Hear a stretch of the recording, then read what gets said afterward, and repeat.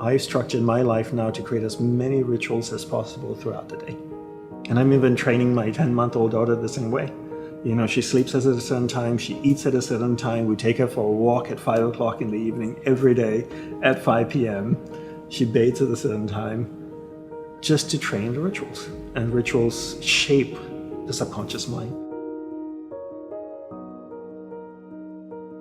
People come up to me and they hold their cell phones at me and they go, these things are ruining our lives. Right. And my response always is, absolutely not. Right. What's ruining your life is your inability to exercise discipline around the use of your technology. That's what's ruining your life. Because the technology ends up using you. Exactly. The technology is beautiful. I can call my mother in Australia and see her in literally 5 seconds. It's amazing. How amazing is that? It's your inability to exercise discipline around the use of technology is what's running your life. The technology itself is not bad, right? And it's having an effect on, we're letting it affect our focus and our concentration. Exactly. Because every like, share, comment, cat video, this dopamine flood, and we have this monkey mind. I always tell people the reason they're so good at distraction is because that's what they practice all day long. You become good at whatever it is you practice, right? The mind has no ability to know the difference between what's right and what's wrong. If the mind knew, I'd be perfect.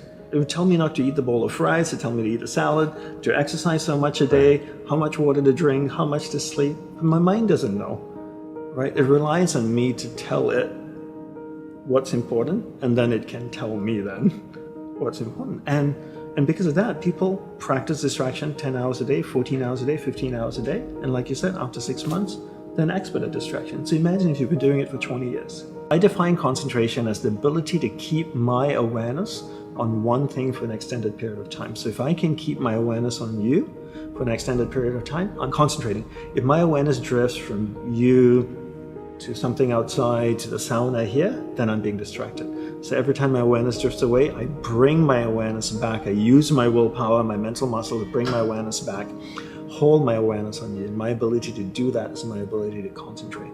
So now that we've defined what concentration is, then the next step is, how do you practice concentration? And one simple task I tell people is to practice doing one thing at a time.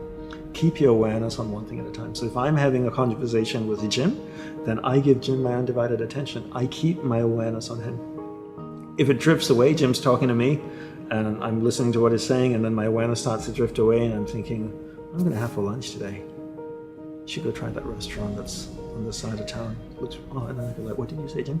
Right? So I bring my awareness back to you. It drifts away again, I bring it back. It drifts away again, I bring it back. And I repeat this practice 1,000 times, 100,000 times, 1,000,000 times till I train my awareness to stay on one thing for an extended period of time. People talk about being present, being in the moment, being in the now. And you see all these cute little Instagram quotes floating around. Be in the moment, be in the now. No one tells you how the hell to do it, right? You can't be in the moment if you can't concentrate. The ability to be present stems from being able to be concentrated. And put your awareness on something or someone for a certain period of time. Exactly, yeah. So how can I be in the moment here with you if I can't concentrate? So everybody talks about the end product, which is be in the moment, be present, be mindful, mindfulness, right? I mean, sold like, bottled water everywhere. But they don't teach you concentration. You can't be mindful unless you concentrate. Mindfulness is a byproduct of concentration, but no one's teaching concentration. A lot of people come up to me and ask, are you a motivational speaker? And I say, absolutely not. I actually do not believe in motivation, and I do not believe in inspiration, because I feel it's an injection of energy into someone and emotion to get them high for a moment, and then once that goes away, you default back to who you are. There's 3 elements I would say. There's willpower, discipline, and love. And a lot of people want to create discipline in their life, but they start and then they struggle and they stop. And I feel like the driving factor behind discipline is love.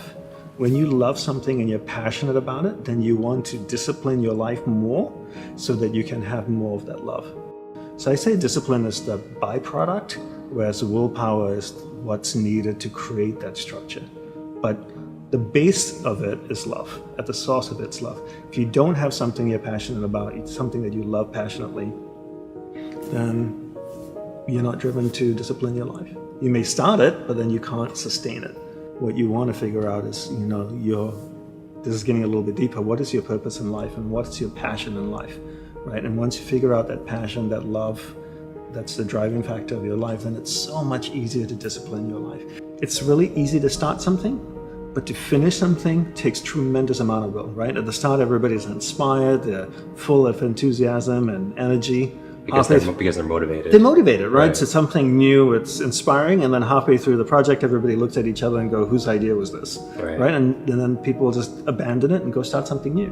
Whereas in the monastery, we were trained that all the simple tasks throughout the day, from making the bed to putting away your cups or washing your breakfast dish in the morning, and you come into the house and you take your shoes off, instead of kicking it to the side, you can put them neatly. It takes an extra 5 seconds, but you're finishing the process of coming home, right? And all those things are little acts to develop willpower. And imagine if you were taking a pebble and putting it in a jar every time, 2 weeks later, the jar will be filled with pebbles. So I looked at the tasks throughout the day, finishing those tasks as opportunities to develop willpower. And after a month, I've developed tremendous amount of willpower. Now I can use that willpower and direct it with align it with my passion to create discipline in my life, so that I can enjoy what I love more.